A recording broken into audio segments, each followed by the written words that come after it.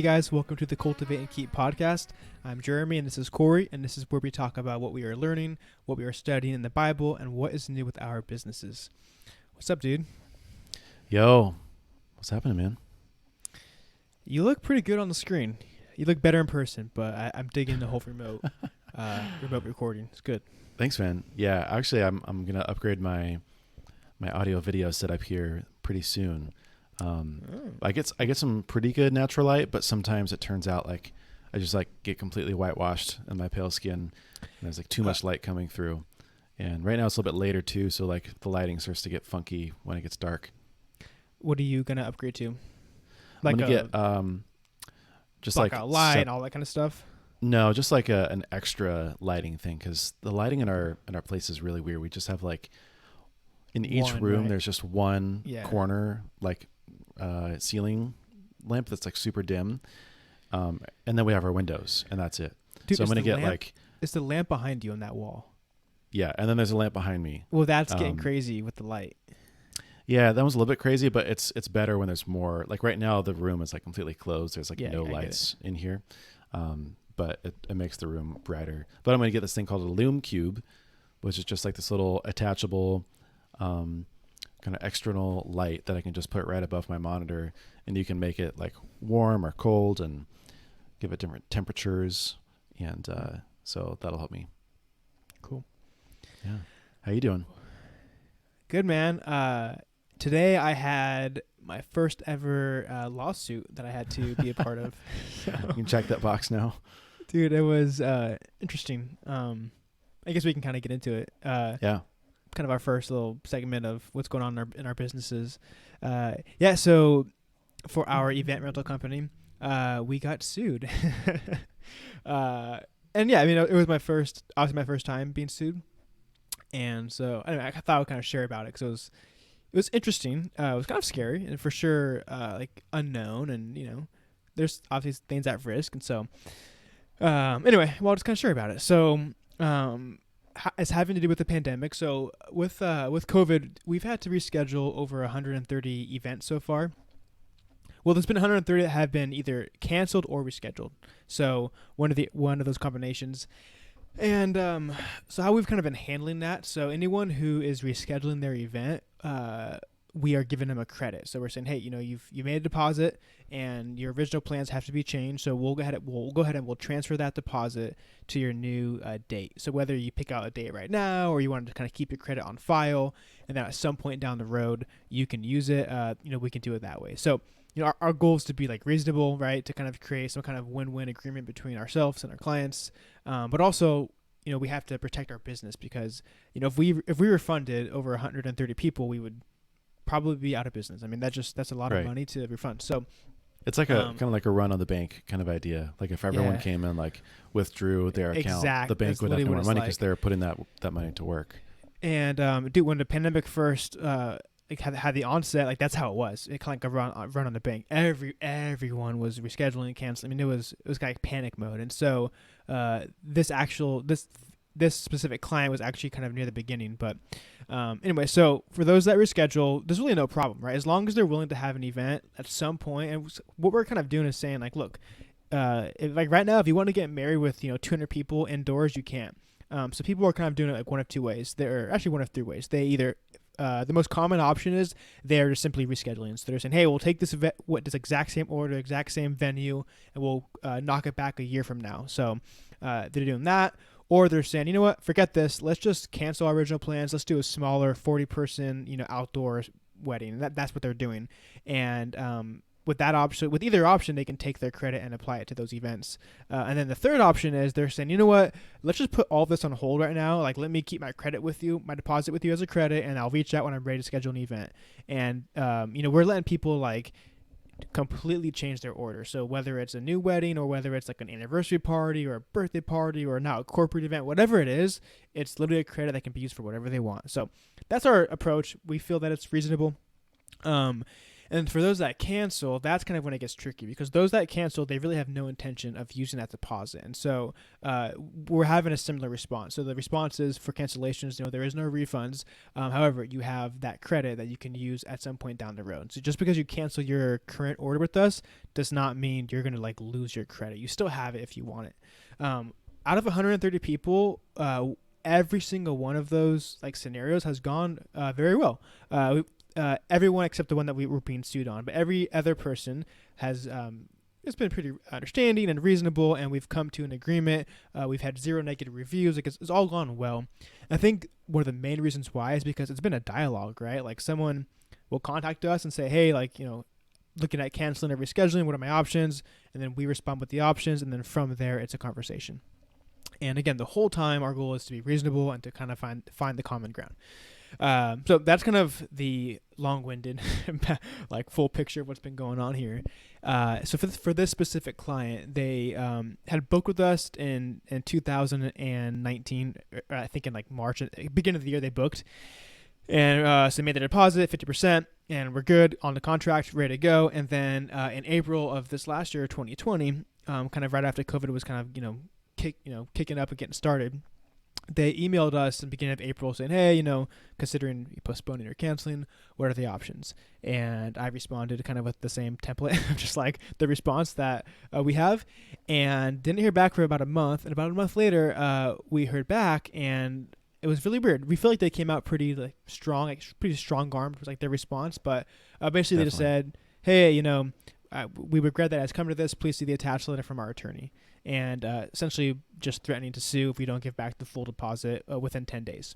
That was their approach. So that's kind of what happened. The bummer was that the father of the groom was the attorney. So like attorney fees wasn't an issue for them. It appears that we're assuming that their dad, helped them out and just, he helped, which I understand, but we were at a severe disadvantage for multiple reasons. I think that in most of these scenarios with COVID, I would imagine if there had been other companies with lawsuits, I would imagine the judges probably siding with the couple. I'm not really sure on how that's working.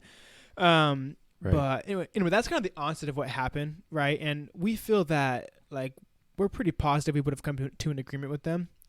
But they just came out so strong that we like really didn't have a choice. We weren't just going to say, okay, fine, here's your money back. Like, no, like we wanted to. We proposed other options, and we kind of had our attorney go back and forth with letters, and it was a process. Long story short, that started in April, and literally, today being March 3rd, 2021, we just now had the court hearing. So we actually didn't hear back from them. We heard back initially in May, and then I think our attorney sent a few letters back and forth, and we hadn't heard anything since, I think, July. And we got served papers like mid-February. So we heard nothing for like 6-7 months. And that's kind of the scary part. That's the weird part with this kind of stuff, is that you really don't know. Like, honestly, for us, like owning a business, at any time, like I could be sued. Like there's, people could sue us for any reason they want, and it'd be up to us to figure out if we want to settle or try to go to court and resolve. So, I feel like I need to break from talking because I'm saying a lot of words. But any like initial thoughts or questions, Corey, before I continue the story?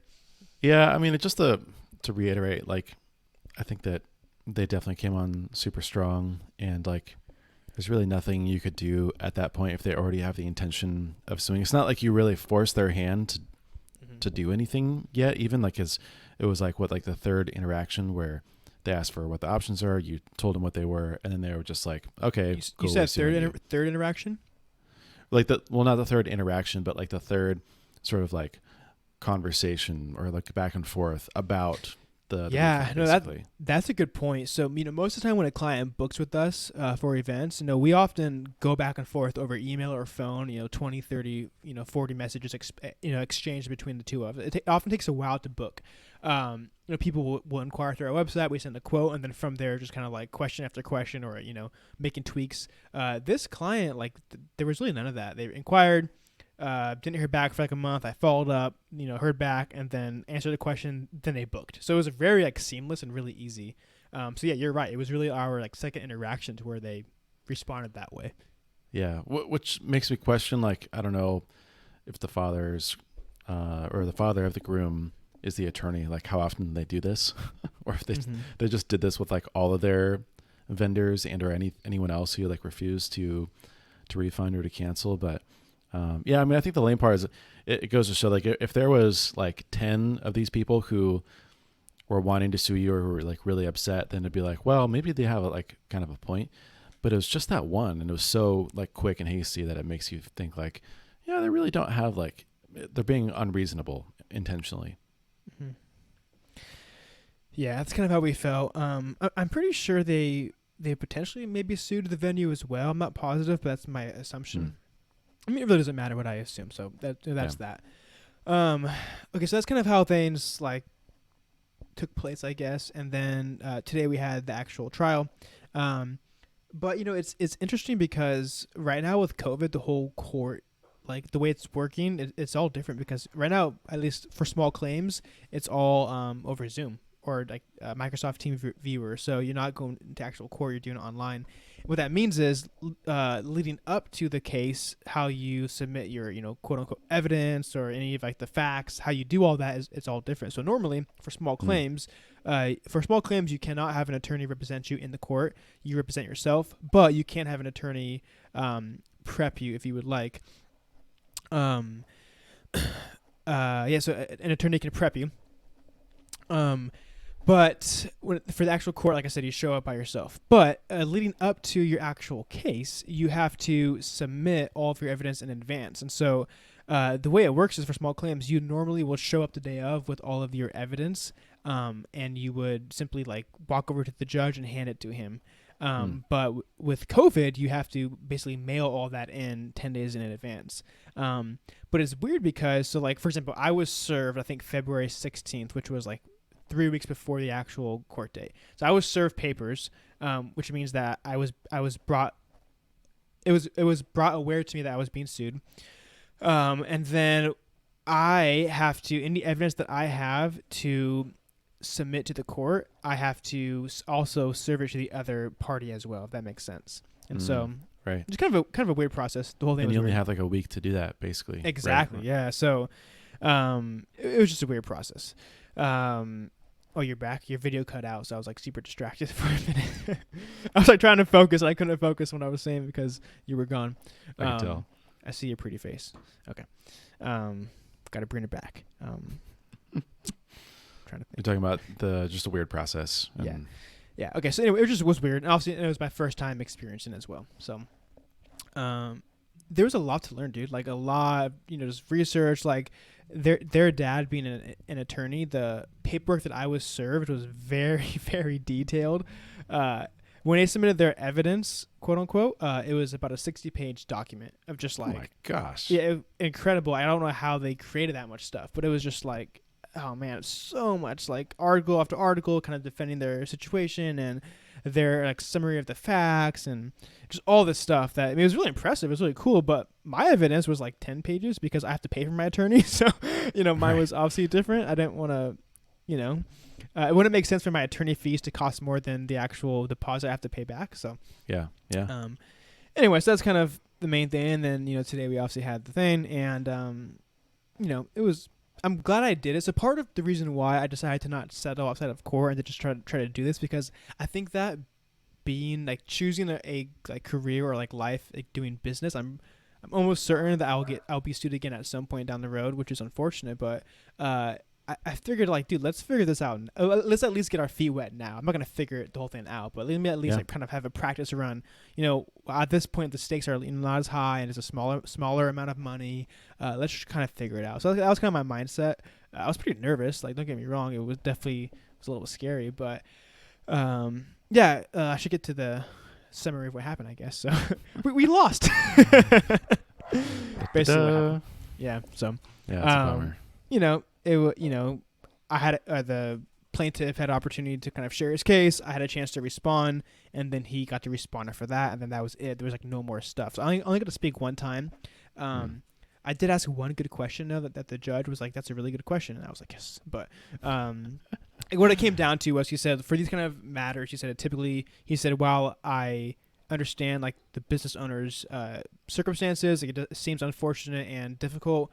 He was like, but I have to look at the contract. Like it really comes down to the wording of your contract and if that is enough to defend you.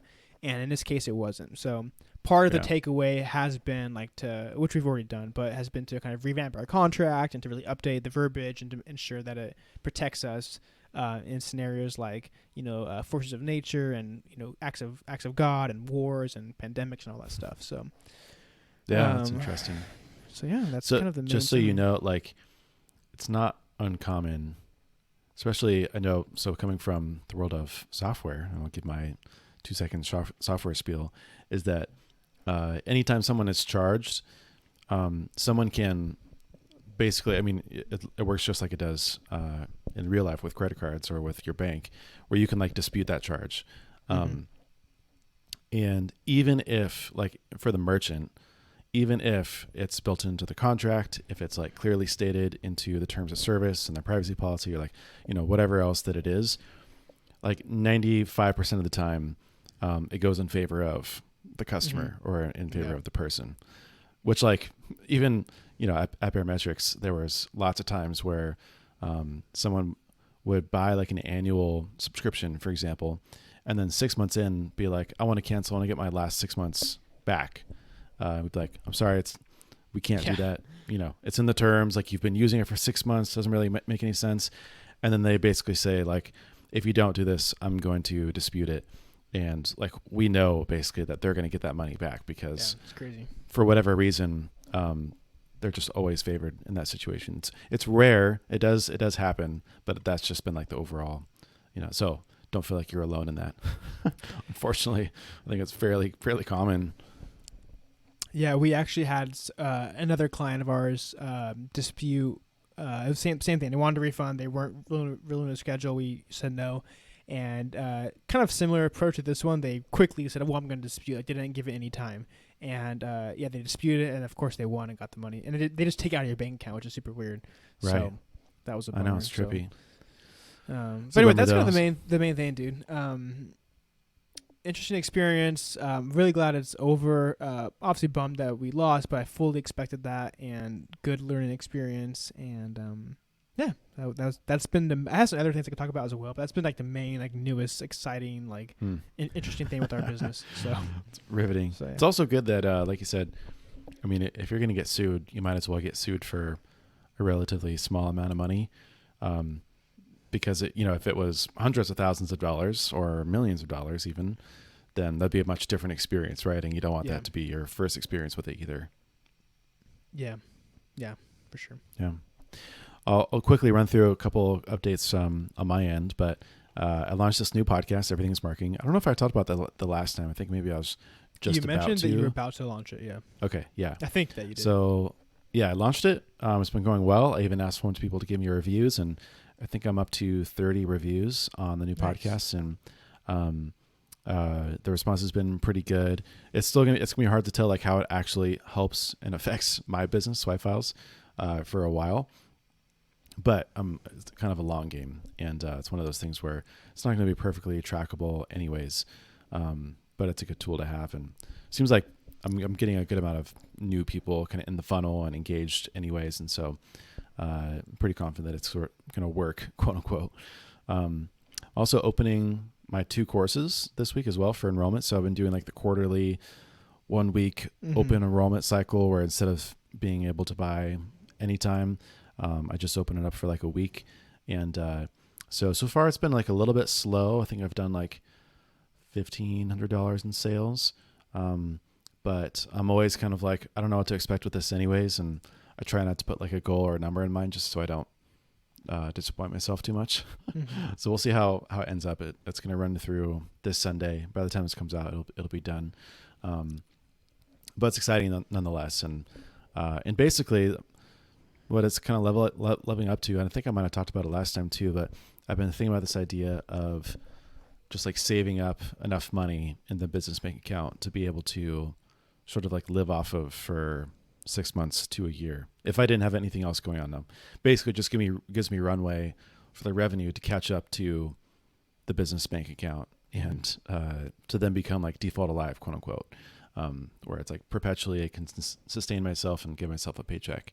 Because right now it does about $24,000 a year just in subscription revenue, which is like pretty good. It's not bad. It's, you know, it's rent money, which is good, but it all comes at different times, and it's annual upfront. So it's not like I'm getting, you know, $2,000 a month. It's like I got $2,000 and then I got $2,000 again. But like every month I'm starting from scratch until I get to April or May when those first renewals come. But even then, that'll be pretty small and kind of negligible.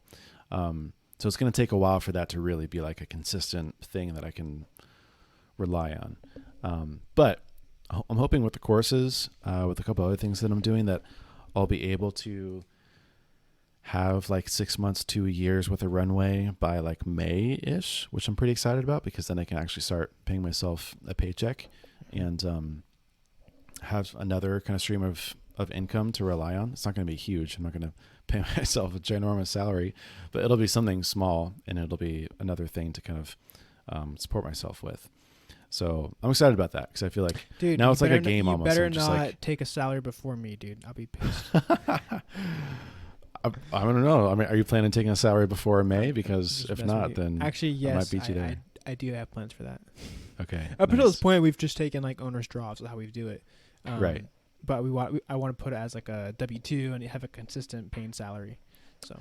Yeah. Yeah. I think. I mean, I want to start building up like a track record and a history of like an actual real life paycheck. I don't exactly know how it works, but I feel like I might as well just like do that. It's also a lot different. Like for my business, the reason why I have not taken a salary is because we've really been reinvesting most of it. So while the business has been generating revenue, you know, we're not saying great, like let's take a fat salary. Like no, we're putting it all back in and reinvesting and, you know, whatever. For you though, like your reinvestment costs, I feel like are less, right? I mean, because your cost for running your business is just different than mine, being more of a software product. So it makes sense why you would quickly get on that W-2 bandwagon, Corey. So, right. Like my time is really the only cost. Like there's very low. I think my real like fixed costs are like $400 a month, but I paid that all basically annually up front back in December. So, you know, it's about like serious. That's insane. Oh my gosh. Right. So it's about $5,000 a year ish, which is not a lot. So anything else would basically be like marketing costs or like hiring someone or outsourcing something, which is both good and bad, right? Because like I'm taking $99 a year subscriptions, but my costs are really, really low, and it's all based on my time and how much I put into it. So trade-offs, right? But that's the other thing is I joined this writing community called Compound Writing. It's actually a really cool concept. I'm like kind of jealous I didn't think about myself. But basically it's like crowdsourced editing. And so you join, and the thought is that it's like a rising tide lifts all boats. We all help each other edit each other's content. And so when I have like a new idea or a new draft, I submit it to the community, and then tens or hundreds of people pop in and give suggestions, edits, feedback for me to make it the best article I can. And then I go and do the same thing for other people's articles. And then it's kind of like an accountability system. Like there's like a mastermind where you meet once a month and you kind of talk strategy and stuff. But I'm hoping that will, well, I know it will actually help me ramp up my content production more, writing like a weekly newsletter, creating new courses. And so I've always felt like I'm not like a professional writer. I love writing, but like it's not like there's a difference between like good writing and great writing. And I couldn't get to great writing just by myself. But hiring an editor is expensive. Like so I posted on Twitter and I was like, man, I would love to be able to hire an editor for like $50 a post. And everyone was like, that's way too low. Like you're not going to find anyone good for that. It's going to be like $100 or $200 per post. And I'm like, geez, well it's not a ton of money. Eventually it wouldn't be, but it's a lot for me now. If I'm producing 4 to 8 a month, that's, 4 figures basically. Well, question. So, like to me, I mean, considering that like most of your average like business costs, like just, I would say like normal business costs like don't exist for your company, right? Because, you're not really buying materials, right? Your overhead's very limited. There's no office, right? It's mainly just like I mean, you tell me, but I think it's just like the products you use to run your business, right? the software. Yeah. Mm-hmm. Basically it. So wouldn't that like fall under just like a normal business expense you should incur? Yeah, no, it Right? totally would. It's just I don't have the You're money to saying pay right now, right? that. Okay. Yeah. Well, so Yeah. okay, so when a business is at, let's say, 100 grand a year, is that a cost you would take on or no? Would you Oh, still totally. try to? 100%. Yeah. So that's normal for your kind of business. Yeah, definitely. I mean, Okay. but it's just a matter of getting it up to that point Mhm. where, I mean, even I could float that cost now. It's just I wouldn't feel good about it given For sure. our financial situation, the fact that I want to like build up something for myself to be able to pay myself. And, but yeah, eventually, I mean, even when I get to like 50,000 a year, then that's something that I could probably start to invest in, knowing that I have kind of like a cushion, right? That it's not going to be, because right now, like what's in the business bank account is not very much. And so if I start like that, I can quickly chip away with that, with editing, with software, with other like small expenses. So I need some sort of like cushion first. But the goal is to get to default alive by the end of the year, right? Yeah. Which is $100,000 a year. Mm-hmm. Yeah. So I'm at 237 members. Default alive very comfortably would be 1,000 members. Technically, to get to default alive, I would really only need to get to like 600 or 700 members, which would be 60 to 70,000 a year. Exactly. Yeah. Because then, it's about 5,000 in software costs. And then by the time I pay myself a paycheck, it would be, a modest salary essentially. Yeah. Gotcha. Cool. Yeah. But I'm excited for it. It kind of feels like gamified a little bit of like, let's see how much money I can store away into this business bank account that I can eventually give to myself. And so I've been having fun kind of like motivating myself to keep putting that in. I actually had a pretty good month with February, even though I didn't have like a lot of new members. But between a couple of sales and then coaching, ended up being a decent chunk of change. So have you just like have in you this thought weird, about, so you're basically putting that money into a bank account, and then the plan is to build that up, and then let's say you get it to $70,000, $80,000, whatever your goal is for that bank account, then you can start paying yourself a salary. Have you thought about, instead of doing that, like maybe like investing that money or putting that money towards something that's going to produce money, or no? what do you mean investing? Like, Well, I know you love the idea of like doing like a roof stock property, right? So you buy a property for $50,000 cash, and then you net $700 a month off of income. So if you thought about trying to pick up, a couple of those, or find, that would obviously be difficult, but I'm saying like something like that, to where your money's giving you a return instead of just paying out of your like savings account. eventually, yes, because I think what's going to happen. So what would happen right now is, if let's say that I saved up $50,000, and then I thought, okay, I could live off of this for a while, or I could make this stretch, give myself like the lowest possible salary basically for a year. Well, then I have the time to work on it more, a little bit more financially stable myself, and that number is only going to get larger going from like the actual revenue I'm bringing in. So let's just say, I save about $50,000, but right now I'm at, $25,000 a year, but then it goes up to 30 to 35 to 40 to 50. So the plan isn't to like deplete the $50,000. It's just to give myself a little bit of a head start to start replenishing it. But eventually, eventually I'll give myself a salary, and then reinvest everything else above that. Right. And so maybe I have an extra $50,000 a year profit, where then I can go buy up a roof stock property or something else to put my money to work. Yeah. The reality is right now that you're mainly surviving off of your consulting income, which is great, and it's a great return for your time, but it's still not like what you're wanting to be at, So I get exactly. It. Makes sense. Yeah. So it's I've been describing it as like entrepreneur purgatory, because I'm like halfway between consulting and halfway between like my own business ventures and product revenue. So it's just a matter of like making the transition. That's like the major focus for me right now. It's just kind of crossing the chasm and getting to entrepreneur heaven, I guess. Yeah. Oh man, me too. I want to get there one day as well. Yeah. Gotta stop being sued though before I get there. Right. I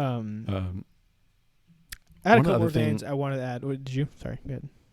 Yeah, no, go ahead, because I have other things, but I think they'll be along the same lines as you. Yeah, well, I mean, I feel like my like lawsuit story kind of went on. I'm sorry, but a few more things like we're kind of currently working on. It's been part of my goal's always been with like our main business of event rentals has, to some extent generate like some form of, I don't want to say I hate the term like passive income, but like, like Yeah, but it's real. yeah, I mean more steady income to where that I don't have to. It's not a job, right? It's income that we have that I get to manage. And I kind of realized like I've had this thought recently that kind of like just the idea of like in our heads we kind of think we're doing better than we actually are. Or we think that we think we're more than we actually are. Does that make sense? And or we think that we think of our issues and we think, oh, I don't have that problem. Like I'm doing it the right way, kind of thing.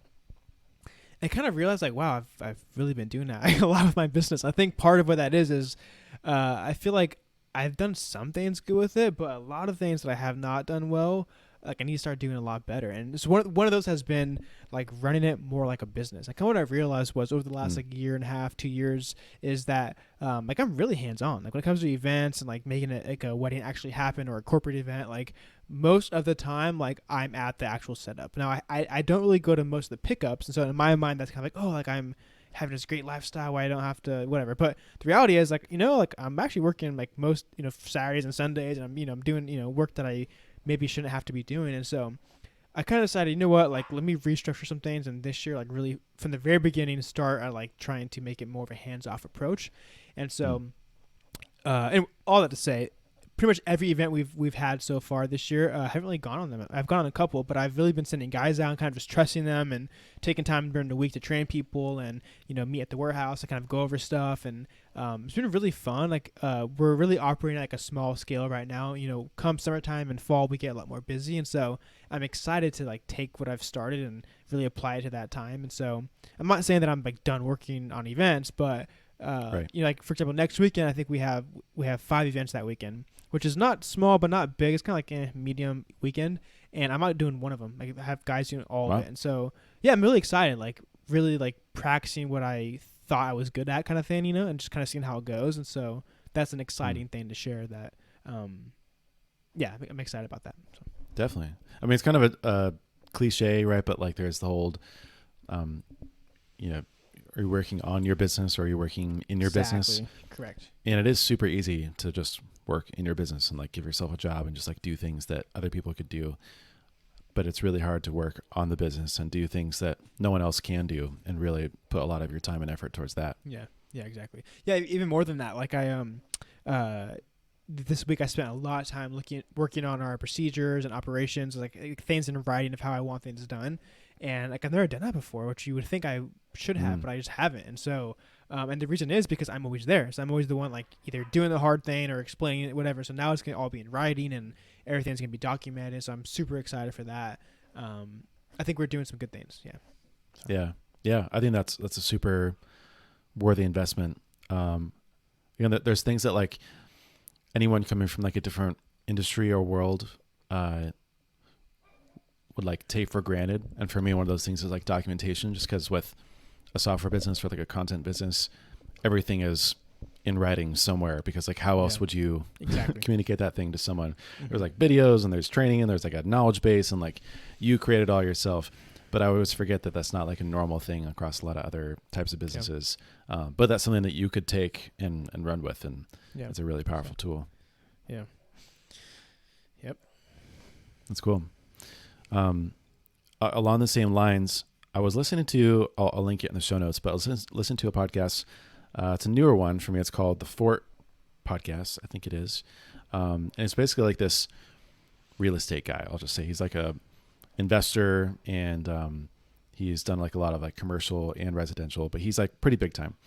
And he invited one of his friends who was like a startup founder to come on, and they're kind of like from two different worlds a bit. And I feel like they both have some kind of Christian roots, but I'm not really sure if they're like practicing Christians, if that makes sense. But anyways, they both of them have had like a lot of success and a lot of failure. Like the guy who came on, he's really cool. His name is James Bashora. He's like a angel investor and startup founder multiple times, and he was talking about how it's difficult being like a happy entrepreneur because everything in the business world is all about like growth. It's all about revenue growth and like achieving the next milestone, getting to hiring this person, raising this amount of money, exiting for this amount, getting this outcome. But in life, like if you're constantly like wanting more and trying to get to the next thing, then you're just never happy. Like you're not being content. And so it's like this weird dichotomy where you have to learn to be content personally to like be happy and live your life, but you have to be really discontent in your business to actually like grow. And not everyone does. Like you could be content with your business and just like, you know, not grow, quote unquote, or just kind of, you know, rinse and repeat, do the same thing. But most businesses want to get to like another level where they constantly want to see the chart go up and to the right, even if it's, you know, super slightly. And I was like, man, that really sums up the way that I've been feeling. I'm just like, I'm not like happy right now. I'm not like having like a ton of fun. I'm not seeing any of the rewards of what I'm doing right now. But I don't, even if I did get there, quote unquote, to like the growth that I want, I have to take that contentment with me. Like it's not going to happen necessarily, which is a hard pill to swallow a little bit, but that's basically what they were talking about. Like this guy, basically he, was like super successful, by all kind of standards. And like he had this company called Tilt, and then like things took a turn for the worse. They ended up having to like find a buyer. They're about to run out of money. And then like a week before, they kind of just did like a acqui-hire fire sale to Airbnb. And he was like, it was like this really emotional, traumatic thing. Like the company basically like dissolved into nothing within like 3 months at Airbnb. They just kind of shut it down, and they had normal jobs then at Airbnb. But then they got Airbnb stock mostly. Airbnb just IPO'd 2 months ago for like, it was like $100 billion valuation or something. And it was like an amazing outcome and success. But he's been waiting for that for a long time. But he's had to learn to like be content with where he's at, what he's been doing before seeing the outcome of it. And now like his life hasn't changed at all, even though he's a couple zeros richer.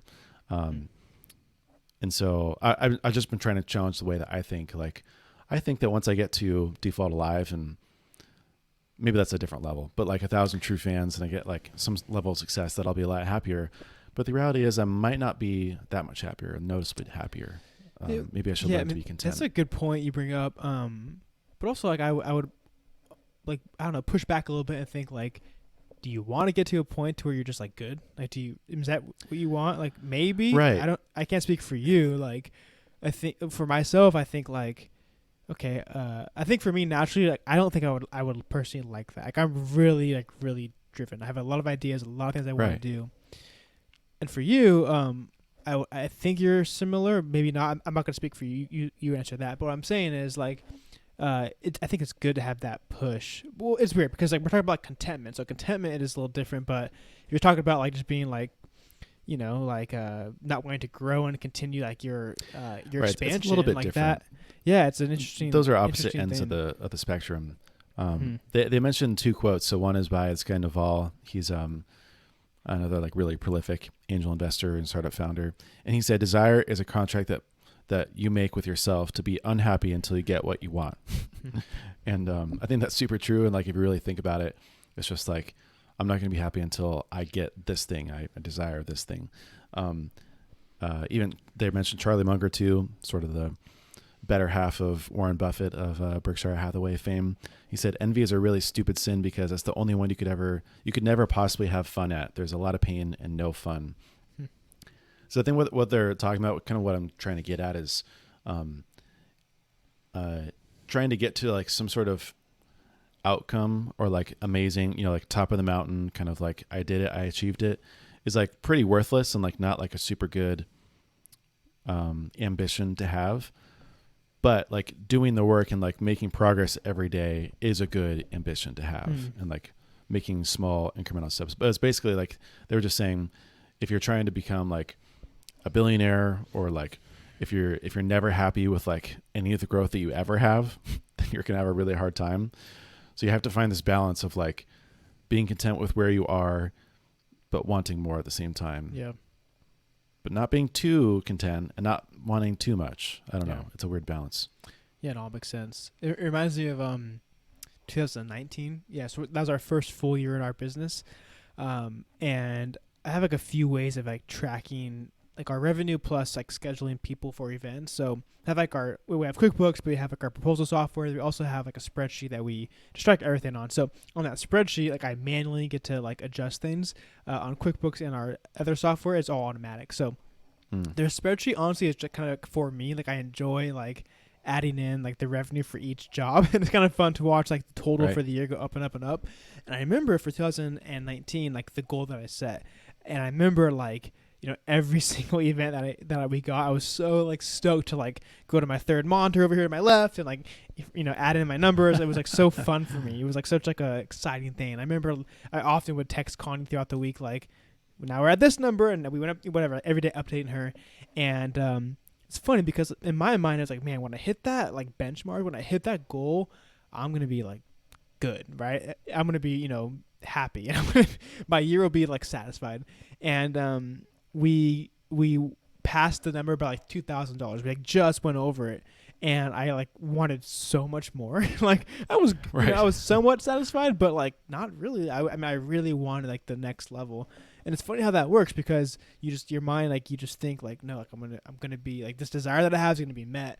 And I think it's, you know, we don't realize that that's like we're missing it, right? It's the wrong thing. But at the same time, like I'm glad that like I was measuring our growth, and that I was watching it, because it pushed me to like, you know, sometimes there were some events that kind of come up and I didn't really want to take on because it was extra work and it didn't really make sense, but like it caused us to grow, right? So it kind of like there's a balance to it, I guess is what I want to say, you know. Yeah. The way I've been trying to think about it is to like figure out sort of the enough number, like in whatever context or scenario that is, and then to like really celebrate and like really push to get to that enough number. And that number could change. You could set a new number every year. I don't know. Like it just depends. And then everything after that is like bonus, but like to not be unhappy if you don't get sort of the bonus number.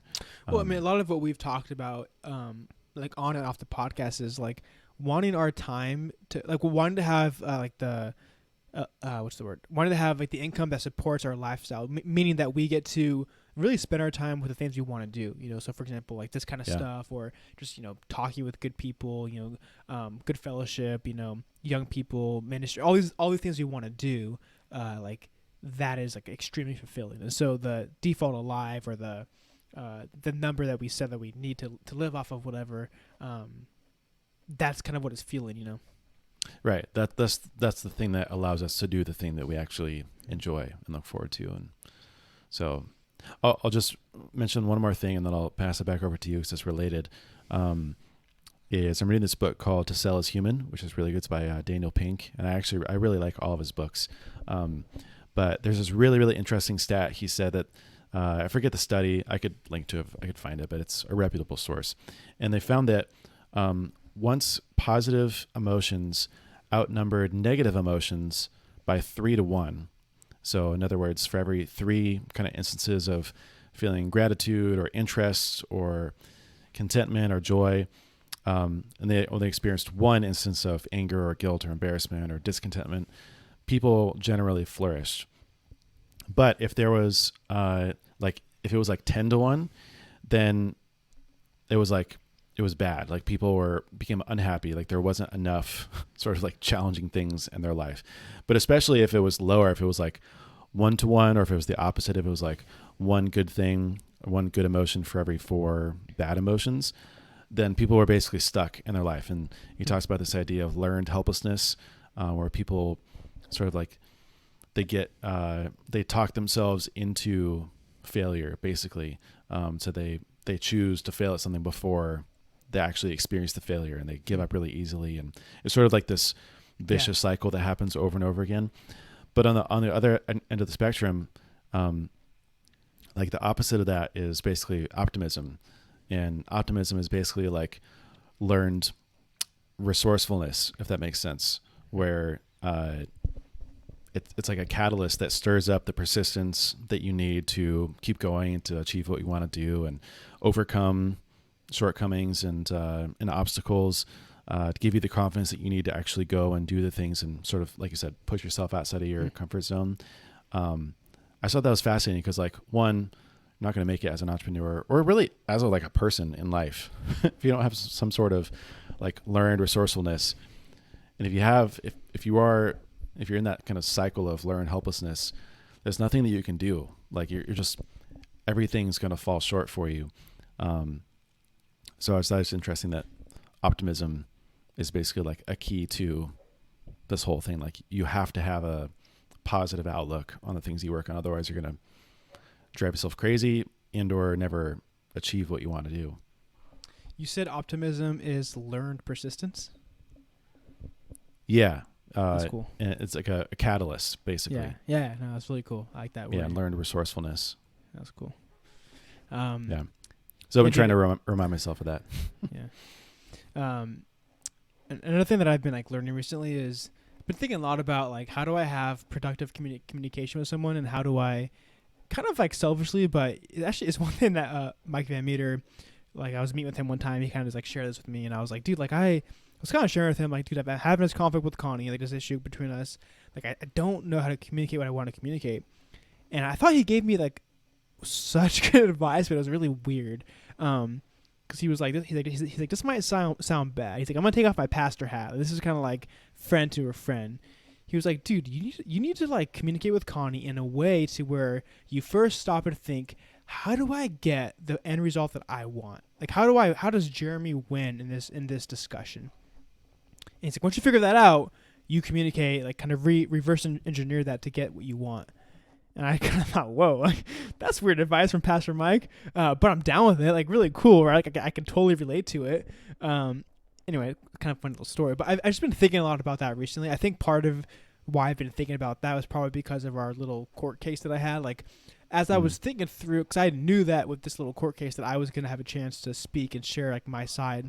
I was kind of thinking, okay, like, well, like, I'm going to prepare. Like, I'm going to really kind of, like, write out some notes and like highlight, underline, like make sure I emphasize certain points. But how do I like effectively communicate to like the judge? How do I really get the end result that I want that's going to help me? So I lost the court case, so maybe I didn't figure that out. No, I'm just kidding. But I don't know. I've been thinking a lot about that idea, so I thought I would share that. I don't know. I did some like reading. I did some research on like productive communication and kind of been thinking about that. And I also was like reminded of one thing that Joanna, my sister, I remember she taught me this when I was working at Le Bon's. I was probably just out of high school, so I was probably 18, maybe 19. And it was right when I started doing some management and I was like emailing clients. And I remember when I first started, she wanted me to copy her on every email that I sent. That way she could kind of coach me on how to communicate verbally with clients in a professional way.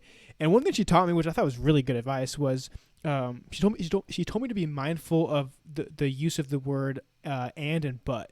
And she taught me like a little trick. She's like, anytime you're gonna want to say the word but, like think about if you could say the word and instead. Like if it makes sense grammatically. And if it does make sense grammatically, it really changes the whole tone of what you're trying to communicate, and oftentimes will lead to what you want. And it was super fascinating. Like if I would encourage you, like start like thinking about that whenever you're typing an email or a text or whatever. Like just like try to exchange the two words, and if it works out grammatically, like oftentimes it makes you sound a lot like softer and like not as like harsh or And so I've been thinking about that a lot recently, and kind of like learning that a little bit, like, or relearning it. Yeah, it's kind of been a funny thing to think about. Yeah, it's so true. I mean, I think about that all the time, sort of within all the work that I do, trying to communicate and talk to people, talk to clients, talk to friends, ask for advice. And the tone is like so important. I think it's cool too, because if you can practice that sort of online and like be really mindful about which words you use, it's easier to like implement that in real life too. And that's really where it starts to pay dividends, where you can actually use the right words and communicate accurately and not say the wrong thing, especially, and actually say, save yourself some trouble. Yeah. Another thing that I've kind of been trying to figure out is, I actually was going to ask you, but like I've been really working on like listening, and not so much of, I'm not speaking in context of like my wife, but just like in general, right? Like on this podcast with you and just with business stuff and with like a coffee with a friend, whatever it is, like just like really like listening to someone and responding to what they're saying, and not so much of responding to what I want to say. And I think I'm really bad at that. I'm really bad at like on this podcast, like hearing you talk and then like, responding to like the exact thing you're saying. Like it's hard for me. Like, I often like just want to think of what I want to say, or I'm looking at my notes, and like it's difficult to like absorb what's coming in and then responding out of that. And so there's like that context, but also the context of simply like listening, like with my wife, like Connie, like really hearing what she's saying and like responding to that. Anyway, all that to say, I was curious if you've like read any books about that, or I feel like you would, or like any articles about the idea of just like absorbing information and listening and taking it in. Yeah, I mean, actually, so if I had the book in front of me, I would share it. But that same book, To Sell Is Human, has some really good notes on sort of like active listening within like a sales context, but it's very sort of personalized for the real life as well. I feel like I wouldn't say it's like a talent of mine, but it's something that comes a little bit more naturally. But even then, I've had to be very kind of mindful of it. I noticed myself do that a lot with podcast interviews. A lot. You're actually really good at it, dude. Well, thanks. But with Cultivate and Keep, with the people that we talk to, basically every time someone talks, I catch myself thinking like, okay, well, this is what you're like thinking, but like listen to what they're saying, and then like, respond to what they're saying, like not just like the next thing that's topping your mind. I had to catch myself doing that a lot when I was interviewing people for Everything Is Marketing. I found myself doing that with a couple guests that we've had, and to really even respond, even like when, so, we just chatted with David, and there was a couple of times where, I'm just going off of like the notes, or I'm thinking of like, oh, here's like the next question, just because I don't want to be prepared. But yeah, if I actually listened to him, then there was a lot of times where I would just like completely change it, or I would come up with a new question, or I would just like skip it altogether, because that's sort of what's needed in the moment. It's interesting that you have that observation, because I felt like the opposite. I feel like for myself, I felt like there was maybe like a couple questions I kind of asked him like in response to what he said. But the majority for myself, I was kind of following like my notes and like what I was thinking to myself. And for you, I felt like, wow, Corey's doing like a darn good job at just like responding to what's being said. So it's funny how we both kind of felt like whatever. But I would say objectively, I think, and listeners would probably agree, like you are really good at that. You're really good at like hearing. And the funny thing is, like, you're also really good at like hearing what someone says and then having like a good question. Because I think like I can ask like a hard question, no problem. But like, you're good at like hearing like something in depth and like really asking like a thought out question that's kind of just like on top of mind for you. I think a lot of that's personality differences, but also I think maybe because you also have your own podcast where you're interviewing guests, and I think you do a lot of calls with your clients where you used to with barometrics, and so I think you're very used to that. But you really are good at it. So thanks. Yeah, it's totally a learned muscle, I would say.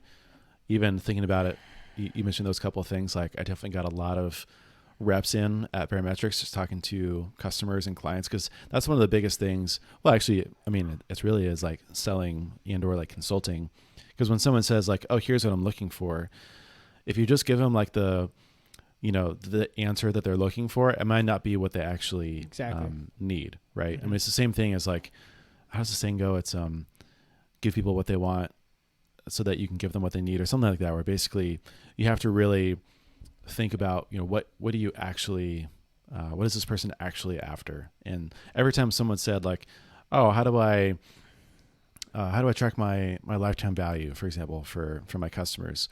I would say, well, here's where you can look for it, but what are you really after, trying to figure that out? And they would say, well, I'm trying to figure out, like how much I can spend to acquire a customer. And then I would understand, okay, now I know where they're going. And then I would say, well, actually, this probably isn't the right metric for what you're looking at. I would actually go and calculate your customer acquisition cost and your payback period. I'm getting really nerdy here, but just to like illustrate, you have to do a lot of that. And I think that I managed to get in a good amount of reps. I think, but anyone could. Again, I think for any situation, there's definitely an opportunity to build that muscle. Yeah, I agree. Anything else for you, Corey, under learning? Mm-mm. Cool. No. Well, I have some things I want to share for kind of what I've been studying in the Word. A couple of things I've been excited to share about with for a little while. When we first kind of started our new format, like I I wouldn't make any notes throughout my week. I would just kind of like whatever. And when I would sit down to prep for the podcast, I'd be like, oh crap, like what did I learn? Like what did I read? And so anyway, recently I've just been, as I like think of something or I hear it in a message or I'm reading it, I like make a note. So most of what I wrote down actually was like for this portion of our podcast. So I'm excited. Yeah. I think it was Spencer Hancock. I forget who it was. Someone in some setting he just mentioned this story, and it really spoke to me. And he didn't read it. He just kind of mentioned like the premise of it. And so I wrote it down. I went and reread it, and it really spoke to me. But it's of Mary and Martha, and it's Luke 10:38 through 42. And I'm just going to read it really quickly. But it says, "Now as they were traveling along, he entered a village, and a woman named Martha welcomed him into her home. She had a sister named Mary, who was seated at the Lord's feet, listening to his every word. But Martha was distracted with all of her preparations, and she came to him, saying, 'Lord, do you not care that my sister has left me to do all the serving alone? Tell her to come help me.' But the Lord answered and said to her, 'Martha, Martha, you are worried and bothered about so many things. But the only one thing that is necessary, for Mary has chosen the good part, which shall not be taken away from her.'" I was kind of just thinking about like, wow, I'm totally like the one to be caught up in like busyness and like what has to be done. And I thought it was cool, like if you like kind of break down the wording, he said like Jesus' response was like literally like the only thing that is like that matters, like the one thing that's gonna kind of last, and like the one good part like you're missing out on. And I just kind of thought, man, like that would be such a bummer to hear that. And as I kind of like thought of that, like I kind of like actually like I kind of break it down like, okay, so daily, like what's the good part of my days? Like what's like the daily good that I can have, and or the daily good that I can miss out on. And I think like, you know, this like book right here and like time with God and like slowing down a little bit. We talked with David last week about that, like being more intentional and not being so busy. Like this is the good stuff right here that like we really miss it a lot. And Yeah. I have my streaks, but like I think most of the recently, like I've been missing it. Like I get busy and I'm excited about business stuff, and like I don't want to miss it anymore. I don't want to like miss like slow moments. And it kind of brings me back to, you know, the book Ruthless Elimination of Hurry, right? Of like he's all about that. He's all about slowing down and being intentional and like, you know, like being with God, and it's exciting. So, and I've kind of shared a few stories or things along these lines the last few podcasts about, you know, living under the love of God and under God's favor, and, you know, being with God. You know, this kind of topic has really been speaking to me. And so this story with Mary and Martha really hit home with me.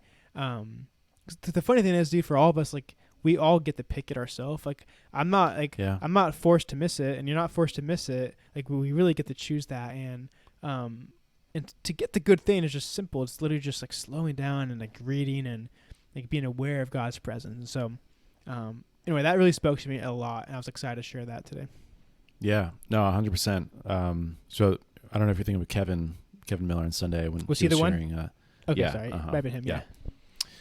Yeah. But every time I listened to that story, actually, it was funny because if you remember, he like tried to swap out the names with guy names because maybe it would like click and more. He couldn't do it. Yeah, that's probably why I forgot it. Yeah. Yeah, that's but funny. To be honest, I appreciate he did that because there's some sort of like stupid masculine cell in my brain that just like turns off or like doesn't like take those stories as, it's like so embarrassing for me to say, but like any story involving like women, which is like so dumb, but That's it really not is like either. I feel so stupid saying it, but I realized when he said that, I was like, man, I think I have taken that story for granted. And it really is such a powerful analogy and parable and example of, like you said, just like missing out on the good stuff. While you were saying that, I thought like, man, what if that was every day? And then like Jesus has to come and interrupt you and be like, hey, what you're doing is you're missing out, basically. Like your alter ego over here, it's like he's the one that's, you know, getting all the good stuff, and he's actually has his like priorities in order and is sitting down and getting what's actually important. And it's way too easy to be Martha in that situation. Yeah, it's funny. Like I love reading verses that like the wording like sticks out to me, you know. And I feel like it's been a while since I've had that experience. And this was 100% that. I mean, like the word she said was, "Mary has chosen the good part, which shall not be taken away." Like Mary chose the good thing, and that's like really cool. Like, it's a really cool thing to think about. And again, like I said a minute ago, was like we can do that too. We get to choose we choose, right? Good, And so I don't know. That's exciting. There's another one that kind of. I think this one might have been from Spencer. I'm not sure. This was like a separate time, or maybe I think I read it in my devotions. Oh yeah, this was a devotions. I'm going through Matthew right now, but Matthew 8:22, paraphrasing, but the verses. It's a time where Jesus is basically testing the discipleship of his followers, and it's kind of he's in a scenario where he's about to get into a boat. He's leaving kind of this area where he was preaching to people, sharing parables, and he has all these like quote unquote disciples that weren't actually his disciples come up to him and saying like Lord, like I'll follow you no matter wherever you go. Like I'll follow you. Like I'll leave everything behind. And he has this verse again. I'm quoting it, but he says, "Follow me and allow the dead to bury their own dead." And this comes up because there's a quote unquote disciple that comes to him and says like he is saying like Lord, like I'll follow you. And he says, "Hey, but first let me go bury my dead." And the response to that was, "Follow me and allow the dead to bury their dead." And I was like, I went to read the commentary about that, and one of the things it said was like Jesus is like he is demanding the full attention and commitment of his followers, and it's like I don't know, it's not I don't want to use the word scary, but that's like it's big, it's really big time. Like he's saying like allow the dead to bury their own dead, like that's quite the attention he's demanding, and it's the same today. Like God, he really he desires our full attention. There's a song I've been listening to a lot recently by Mac Brock, and literally the lines of the bridge is, Lord, I give you my full attention. And just like that idea of, again, being under God's love and his favor, and like not missing the good part and like giving him your attention, like is really speaking to me. Something to think about, something to like really like kind of pause and just like take in, I think. Definitely. Yeah, that's a big one. This is on a similar note a bit. But there's this quote from With, a book that I'm reading, by Sky Chathani. Probably butchering his name, but he says, John Piper captured the problem well. Christ did not die to forgive sinners who go on treasuring anything above seeing and savoring God. And people who would be happy in heaven if Christ were not there will not be there. The gospel is not a way to get people to heaven. It is a way to get people to God. It's a way of overcoming every obstacle to everlasting joy in God. If we don't want God above all things, we have not been converted by the gospel. And that was really, really challenging. And the reason why I said it was related is because I think it's super easy to, again, like even if you're doing a good job of like doing your devotions and going to church and like talking to the right people or whatever, it's easy to still be a Martha and just like check the boxes. And but like really what you're after should literally be God. Like that is the good part. And I bolded the part where he said, the gospel is not a way to get people to heaven. It's a way to get people to God. Because that was like, I don't know. I never really thought about it. I knew that, but I never put it into words like that, that the point isn't just to like be saved. The point is to be with God. And ultimately that's what God is after. It's not just like, oh no, inconvenience, like all of humanity is lost. Like I need to build a bridge from them. It's like, no, we need to be reconciled with God. God wants us to be with him. And if we don't want that, then there's no other way that he can force us to want that.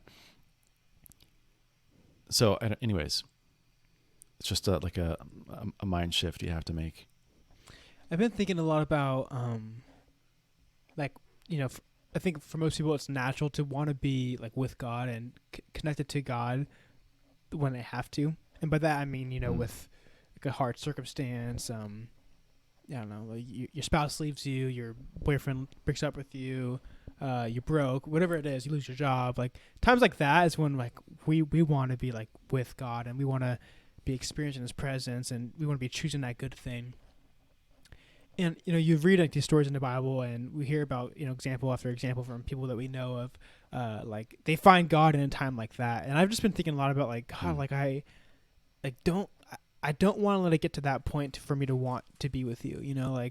I've had seasons of being like really, really close to God and like, it's me being like vulnerable right now. Like I'm not saying that I'm not close to God, but you know what I'm saying, right? There are times when you're connected and you're really, you're walking with the Spirit. And I can say that that's really not where I'm at right now. I'm not saying that again, like I'm going, I don't say I'm going through emotions, but like I'm reading my Bible, I'm praying, I'm trying to do these practical things, but like the spiritual like bond is not where it has been in the past. And so I've just been having this weird feeling of like, and it's a good feeling of like I really want that. I really want to be connected with God again. I want to feel His closeness, and it shouldn't have to be that like I only want that when times suck. And the cool thing is like right now times don't suck. Like I'm good. Like I'm it's not the best, but like I'm optimistic, and so it'd be cool to like be close with God while things are really good. Like just there's something cool about that, and so, I don't know. I'm kind of like have like this deep like longing for that. And there's almost, I feel like, I don't want to say like, kind of like admiration for God. It's like God, like even though this stuff is still good, I still really want you, and that is like the number one thing, right? Like, I want to be close and I want to be with you, So. Yeah, it's a weird thing, but it makes more and more sense to me every day why the Bible says things like, "Blessed are those who are poor or meek," or "Blessed are those who are persecuted," because like I said, when you're in those kind of like low places, it is easier to feel like you literally need God more, and it's easier to feel closer to God. But and that's why he also says like it's easier for a rich man to pass through the eye of a needle or whatever it is, than for him to to be with God, basically, because like when times are good, it's actually harder to go back to God. It's harder to feel that connection with God. Yeah. And so, but it's like the ultimate testament. If you really strive for God, you really crave God, you really have a strong connection with God, when things are really good, then that's real. Because even when like you need God, if you're desperate for God, then you might be coming to Him for the wrong reasons. But it's hard the better life gets. Yeah. Which is so weird. Yeah, I've been feeling that. The last point I really wanted to share was I think I read this in a book I read recently, but I had it in my notes. But anyway, it was from Exodus 15, and I went and reread it. And the chapter is a lot about times when the Israelites were in the desert and wandering. And in this chapter, there's like several different occurrences where they would just stop what they were doing and would spontaneously worship God and have just times of like outcry and praise and worship. And there's one point in this chapter where it was just 3 days after one of these like worship services they had spontaneously. So it had just been 3 days, and they're walking in the desert, and they all start grumbling and complaining about God and how God's abandoned them and they're not happy with where they're at. And the book kind of emphasized, and like the chapter is all about like, dude, like just 3 days after like this kind of monumental moment, you're back to like the same crap. Like you totally forgot about like the goodness of God and like the miracles that God has done. And I wanted to share that because I think it's kind of in line with what I'm saying of like the point we both just acknowledge of like, it shouldn't take like a really horrible experience in life to bring you close to God. Like you can still be close to God when things are good. So I'm saying that to you right now on, March 3rd at Tuesday night at 7:00 at night, right? But, I guarantee you, Corey, come, probably Thursday this week, I'm going to be like mad about something, like be grumbling, right. You know what I'm saying? So like, that's kind of what's speaking to me of like, it shouldn't be that way. Like it really shouldn't. And so it's convicting and it's exciting at the same time because it's just all like good present stuff. And again, it reminds me of like the importance of like, being like reading the Bible, like just reading things in general, because it's constantly bringing up these problems. Like I remember with Mike, we had Mike on our pod, and I asked him like, I said, Mike, you gave off this impression of kind of seeming like you're good, like you seem to like kind of have it together and like kind of know, like you seem secure. And I asked him like how he does that, and his first response was apologizing for giving off that false impression. But part of his answer for that was like by being like constantly surrounded like by things of God, like by constantly like reading and refreshing his mind of God's goodness and of God's promises is a big reason why he appears to be steady. And so I just want to share that thought. Yeah, that's a good one. I have two more thoughts, both from devotionals I have. One is My Utmost for His Highest, and it's from February 15th. But just an interesting one. He said, has it ever dawned on you that you are spiritually responsible to God for other people? For instance, if I allow any turning away from God in my private life, everyone around me suffers. And then he quotes 1 Corinthians where he says, if one member suffers, all the members suffer with it, referring to the body of Christ. And he says, why has God left us on earth? Is it simple to be saved and is it simply to be saved and sanctified? No, it is to be at work in service to him. And maybe you think like, I don't know, maybe just like a reminder, or like kind of like a weightier kind of description of it, but I never really felt a huge spiritual like responsibility for others. But I think especially the way that he frames it of like people really close to you, like your friends and your family, like you are responsible to them because you are close in their life, and you're supposed to be kind of like the salt and the light in their life to them, to encourage them and lift them up. And I thought that, I was like, wow, that's actually like really, really, really true, and like really convicting too, because I don't know if I've thought like a responsibility for like my close friends, my close family, and like the people close around me. I just kind of just treated everyone the same, like, well, but I think there is a bigger weight to people close to you. Yeah.